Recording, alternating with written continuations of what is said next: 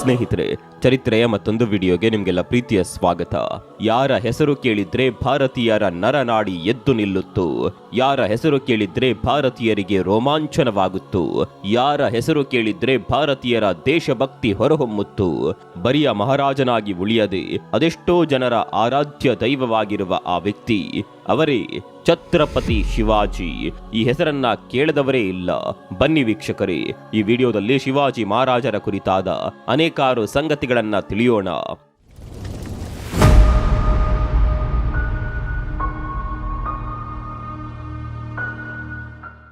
ಶಿವಾಜಿ ಮಹಾರಾಜರು ಫೆಬ್ರವರಿ 19, 1630ರಲ್ಲಿ ಮಹಾರಾಷ್ಟ್ರದ ರಾಜ್ಯದ ಪುಣೆಯ ಹತ್ತಿರ ಇರುವ ಶಿವನೇರಿ ಎಂಬಲ್ಲಿ ಜನಿಸಿದರು. ತಂದೆಯ ಹೆಸರು ಶಹಾಜಿ, ತಾಯಿಯ ಹೆಸರು ಜೀಜಾಬಾಯಿ.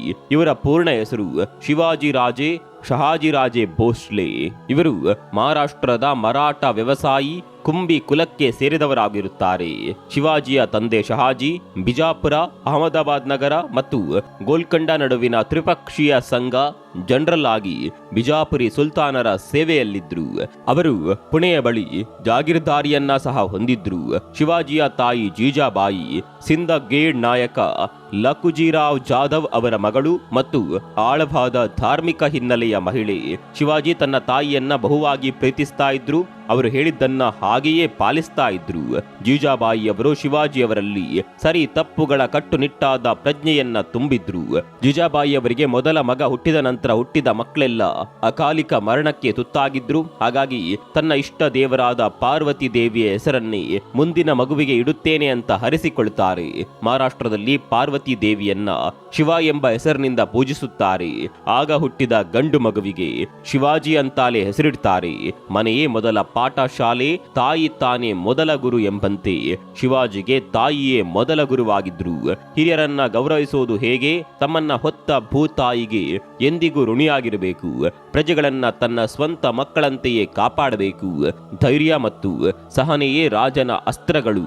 ಹೀಗೆ ಜೀವನದ ಪ್ರತಿ ಮೌಲ್ಯಗಳನ್ನ ಆ ಮಹಾತಾಯಿ ಶಿವಾಜಿಯಲ್ಲಿ ಬಿತ್ತುತ್ತಾ ಹೋದ್ರು.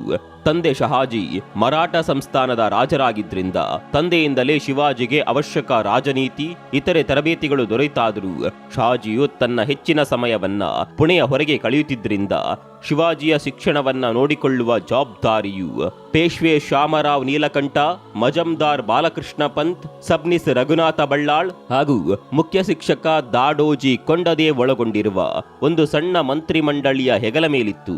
ಶಿವಾಜಿಗೆ ಮಿಲಿಟರಿ ಮತ್ತು ಸಮರ ಕಲೆಗಳಲ್ಲಿ ತರಬೇತಿ ನೀಡಲು ಕನೋಜಿ ಜೇದೆ ಮತ್ತು ಬಾಜಿ ಪಸಲ್ಕರ್ ಅವರನ್ನ ನೇಮಿಸಲಾಯಿತು. ಶಿವಾಜಿ ಚಿಕ್ಕ ವಯಸ್ಸಿನಿಂದಲೇ ಹೊಟ್ಟು ಶೂರನಾಗಿ ಹೊರಹೊಮ್ಮಿದರು. ಸಕ್ರಿಯ ಹೊರಾಂಗಣದಲ್ಲಿ ಅವರು ಶಿವನೇರಿ ಕೋಟೆಗಳನ್ನ ಸುತ್ತುವರೆದಿರುವ ಸಹ್ಯಾದ್ರಿ ಪರ್ವತಗಳನ್ನ ಪರಿಶೋಧಿಸಿದ್ರು. ಅವರು 15 ವರ್ಷದವರಾದಾಗ ಮಾವಾಲ್ ಪ್ರದೇಶದಿಂದ ನಿಷ್ಠಾವಂತ ಸೈನಿಕರ ಗುಂಪನ್ನ ಕಟ್ಟಿದ್ರು. ಈ ಸೈನಿಕರು ನಂತರ ಅವರ ಆರಂಭಿಕ ವಿಜಯಗಳಲ್ಲಿ ಸಹಾಯ ಮಾಡಿದ್ರು. ತನ್ನ 12ನೇ ವಯಸ್ಸಿನವರೆಗೂ ಬೆಂಗಳೂರಿನಲ್ಲಿ ವಾಸವಿದ್ದ ಶಿವಾಜಿಗೆ ಆರಂಭಿಕ ಶಿಕ್ಷಣವನ್ನ ಕೊಟ್ಟವರು ಅಣ್ಣ ಸಂಭಾಜಿ. ನಂತರ ಶಿವನೇರಿ ದುರ್ಗಕ್ಕೆ ಹಿಂದಿರುಗಿದ ಶಿವಾಜಿಗೆ ಪೂರ್ಣ ಪ್ರಮಾಣದ ಯುದ್ಧ ಕೌಶಲವನ್ನ ಧಾರೆ ಎರೆದವರು ದಾದಾಜಿ ಕೊಂಡದೇವ. ಕತ್ತಿವರಸೆ, ಕುದುರೆ ಸವಾರಿ, ಯುದ್ಧ ಕಲೆಗಳನ್ನ ಕರಗತ ಮಾಡಿಕೊಂಡ ಶಿವಾಜಿ 17ನೇ ವಯಸ್ಸಿಗೆ ತೋರಣ ದುರ್ಗ ವಶಪಡಿಸಿಕೊಂಡು ಮಹತ್ವಾಕಾಂಕ್ಷೆಯ ಹೆಜ್ಜೆಗಳನ್ನ ಇಡಲು ಆರಂಭಿಸಿದ್ರು. ಎಳೆಯ ವಯಸ್ಸಿನಿಂದಲೇ ತಾಯಿ ಜೀಜಾಬಾಯಿಯಿಂದ ಜೀವನ ಮೌಲ್ಯಗಳ ಶಿಕ್ಷಣ ಪಡೆದಿದ್ದ ಶಿವಾಜಿ ಸಂತ ರಾಮದಾಸರ ಪರಮ ಭಕ್ತರಾಗಿದ್ರು. ಶಹಾಜಿ ಜಾಗೀರು ನೋಡಿಕೊಳ್ಳುತ್ತಿದ್ದ ದಾದಾಜಿ ಕೊಂಡದೇವ ಅವರಿಂದ ಪರಿಪೂರ್ಣ ಸೈನಿಕ ಶಿಕ್ಷಣ ಪಡೆದಿದ್ದ ಶಿವಾಜಿ ಕಾಡು ಮೇಡುಗಳಲ್ಲಿ ಸುತ್ತಾಡಿ ಅನುಭವ ಪಡೆದರು. ಪಶ್ಚಿಮ ಘಟ್ಟಗಳ ಮಾವಾಳರೆಂಬ ಗಿರಿಜನರನ್ನ ಕಂಡ ಶಿವಾಜಿ ಅವರ ಧೈರ್ಯ ಸಾಹಸಗಳನ್ನ ನೋಡಿ ಅವರನ್ನೆಲ್ಲ ಸೇರಿಸಿ ಬಲವಾದ ಪಡೆ ಕಟ್ಟಲು ಆರಂಭಿಸಿದ್ರು. ಪ್ರಮುಖ ಮರಾಠ ನಾಯಕರು ಇವರೊಡನೆ ಕೈಜೋಡಿಸಿದ್ರು. ತಂದೆ ಜೈಗಿರಾದ ಬೆಂಗಳೂರಿನಲ್ಲಿ ವಾಸಿಸುತ್ತಿದ್ದ ಸಂದರ್ಭದಲ್ಲಿ ಅದೇ ಪ್ರದೇಶಕ್ಕೆ ಸನಿಹವಿದ್ದ ಮರೆಯಲಾಗದ ಮಹಾ ಸಾಮ್ರಾಜ್ಯವಾದ ವಿಜಯನಗರವನ್ನ, ಅದರ ಅವಶೇಷಗಳನ್ನ ಕಂಡು ಬಂದಿದ್ರು ಯುವಕ ಶಿವಾಜಿ. ತಾಯಿ ಜೀಜಾಬಾಯಿ ಹಾಗೂ ಗುರು ಕೊಂಡದೇವರೊಂದಿಗೆ ಬೆಂಗಳೂರಿಗೆ ಬಂದ ಶಿವಾಜಿ ವಿವಾಹ ನೆರವೇರಿದ್ದು 1940-42ರ ಸುಮಾರಿಗೆ.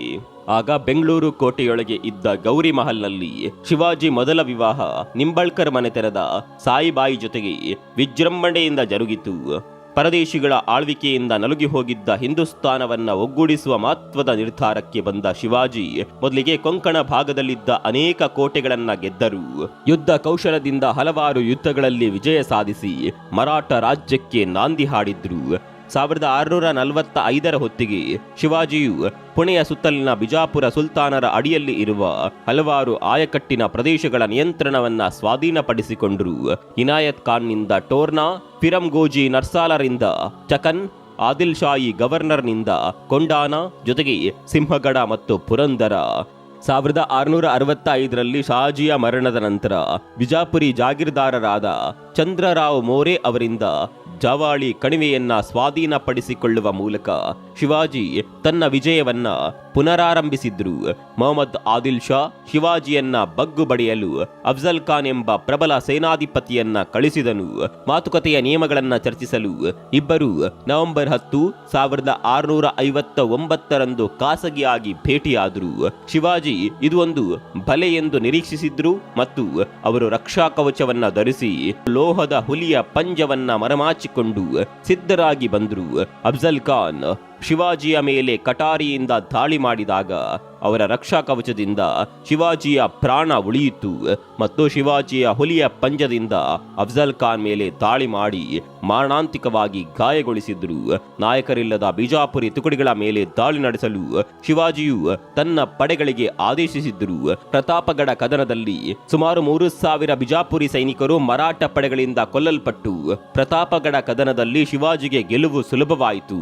ಮೊಹಮ್ಮದ್ ಆದಿಲ್ ಶಾ ಮುಂದೆ ಕೊಲ್ಲಾಪುರ ಕದನದಲ್ಲಿ ಶಿವಾಜಿಯನ್ನ ಎದುರಿಸಲು ಜನರಲ್ ರುಸ್ತುಂ ಜಮಾನ್ ನೇತೃತ್ವದಲ್ಲಿ ದೊಡ್ಡ ಸೈನ್ಯವನ್ನ ಕಳಿಸಿದನು. ಆಯಕಟ್ಟಿನ ಯುದ್ಧದಲ್ಲಿ ಶಿವಾಜಿ ವಿಜಯವನ್ನ ಸಾಧಿಸಿದನು.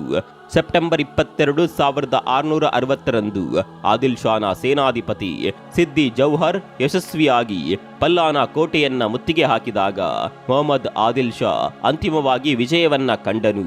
ಶಿವಾಜಿ 1673ರಲ್ಲಿ ಪಹನಾಲ್ ಕೋಟೆಯನ್ನ ಮರುವಶಪಡಿಸಿಕೊಂಡ್ರು. ಹೀಗೆ ಶಿವಾಜಿಯ ಕೀರ್ತಿ ಮೊಘಲರ ಸಾಮ್ರಾಜ್ಯದವರೆಗೂ ತಿಳಿಯುತ್ತೆ. ಭಾರತ ದೇಶವು ಹಿಂದೂ ದೇಶವಾಗದೆ ಸಂಪೂರ್ಣ ಮುಸ್ಲಿಂ ರಾಷ್ಟ್ರವಾಗಬೇಕೆಂಬ ದುರುದ್ದೇಶದಿಂದ ಅನೇಕ ಮುಸ್ಲಿಂ ರಾಜರು ತರಹೇವಾರಿ ಪ್ರಯತ್ನಗಳನ್ನ ಮಾಡಿ ಮಣ್ಣು ಮುಕ್ಕಿರೋದನ್ನ ನಮ್ಮ ಭಾರತದ ಇತಿಹಾಸ ಕಂಡಿದೆ. ಇಂಥದ್ದೇ ದುರುದ್ದೇಶವಿದ್ದ ಮತ್ತೊಬ್ಬ ಮುಸ್ಲಿಂ ರಾಜ ಮೊಘಲ್ ಸಾಮ್ರಾಜ್ಯದ ಔರಂಗಜೇಬ. ಶಿವಾಜಿಯ ಬಗ್ಗೆ ತಿಳಿದ ಈತ ಒಮ್ಮೆ ಸಂಧಾನ ಮಾಡಲು ಕರೆಸಿ ವಂಚಿಸಿ ಶಿವಾಜಿ ಹಾಗೂ ಅವರ ಮಗ ಸಂಭಾಜಿಯವರನ್ನ ಸೆರೆ ಹಿಡಿದು ಹಿಂಸಿಸುತ್ತಾನೆ. ಆದರೆ ಶಿವಾಜಿಯವರು ಅನಾರೋಗ್ಯದ ನೆಪವೊಡ್ಡಿ ಮನೆದೇವರ ಪೂಜೆಯನ್ನ ಸೆರೆಮನೆಯಲ್ಲೇ ಮಾಡಬೇಕು ಎಂದು ಹೇಳಿ ಹಣ್ಣುಗಳನ್ನ ದೊಡ್ಡ ದೊಡ್ಡ ಪೆಟ್ಟಿಗೆಗಳಲ್ಲಿ ತರಿಸಿಕೊಳ್ತಾರೆ. ಅದರಲ್ಲಿ ಮಗ ಸಂಭಾಜಿಯನ್ನ ಬಚ್ಚಿ ತಪ್ಪಿಸಿಕೊಳ್ಳಲು ಸಹಾಯ ಮಾಡ್ತಾರೆ. ಥೇಟ್ ಸಿನಿಮಾಗಳಲ್ಲಿ ತೋರಿಸುವ ಹಾಗೆಯೇ ಶಿವಾಜಿಯವರು ಅಲ್ಲಿನ ಕಾವಲುಗಾರರನ್ನ ಹೊಡೆದುರುಳಿಸಿ ತಪ್ಪಿಸಿಕೊಳ್ತಾರೆ. ಇದನ್ನೆಲ್ಲ ಔರಂಗಜೇಬ ಗಂಭೀರವಾಗಿ ತೆಗೆದುಕೊಳ್ಳೋದಿಲ್ಲ. ಯಾಕಂದ್ರೆ ಶಿವಾಜಿಯ ಸೇನೆ ಅದಾಗಲೇ ಕಡಿಮೆಯಾಗಿರುತ್ತೆ. ಆದರೆ ಆಶ್ಚರ್ಯವಾಗುವಂತೆ ತಮ್ಮ ಪುಟ್ಟ ಸೈನ್ಯದೊಂದಿಗೆ ಸಿದ್ಧರಾಗಿ ಕೇವಲ 4 ತಿಂಗಳಲ್ಲಿ ಮೊಘಲರ ಸೊಕ್ಕು ಅಡಗಿಸಲು ಮುಂದಾಗ್ತಾರೆ ಶಿವಾಜಿ. ಆ ರೋಚಕ ಯುದ್ಧದಲ್ಲಿ ಗೆದ್ದದ್ದು ಶಿವಾಜಿಯೇ. ಮುಂದೆ ತನ್ನೆಲ್ಲ ಸ್ಥಳಗಳನ್ನ ಮರುವಶಪಡಿಸಿಕೊಂಡ್ರು ಶಿವಾಜಿ. ಇದೇ ಸಮಯದಲ್ಲೇ ಮೊಘಲರ ಬಲವಂತದ ಮತಾಂತರದಿಂದ ಕೋಟ್ಯಾನುಕೋಟಿ ಹಿಂದೂಗಳನ್ನ ರಕ್ಷಿಸುವಲ್ಲೂ ಯಶಸ್ವಿಯಾಗ್ತಾರೆ. ಪೂನಾ ಮತ್ತು ಕೊಂಕಣಕ್ಕೆ ಹೊಂದಿಕೊಂಡಿರುವ ಪ್ರದೇಶಗಳ ಮೇಲೆ ಗಣನೀಯ ನಿಯಂತ್ರಣವನ್ನ ಕ್ರೋಢೀಕರಿಸಿದ ನಂತರ ಶಿವಾಜಿಯು ರಾಜನ ಬಿರುದನ್ನ ಅಳವಡಿಸಿಕೊಳ್ಳಲು ಮತ್ತು ದಕ್ಷಿಣದಲ್ಲಿ ಮೊದಲ ಹಿಂದೂ ಸಾರ್ವಭೌಮತ್ವವನ್ನ ಸ್ಥಾಪಿಸಲು ನಿರ್ಧರಿಸಿದ್ರು. ಅದು ಇಲ್ಲಿವರೆಗೂ ಮುಸ್ಲಿಮರ ಪ್ರಾಬಲ್ಯವಾಗಿತ್ತು.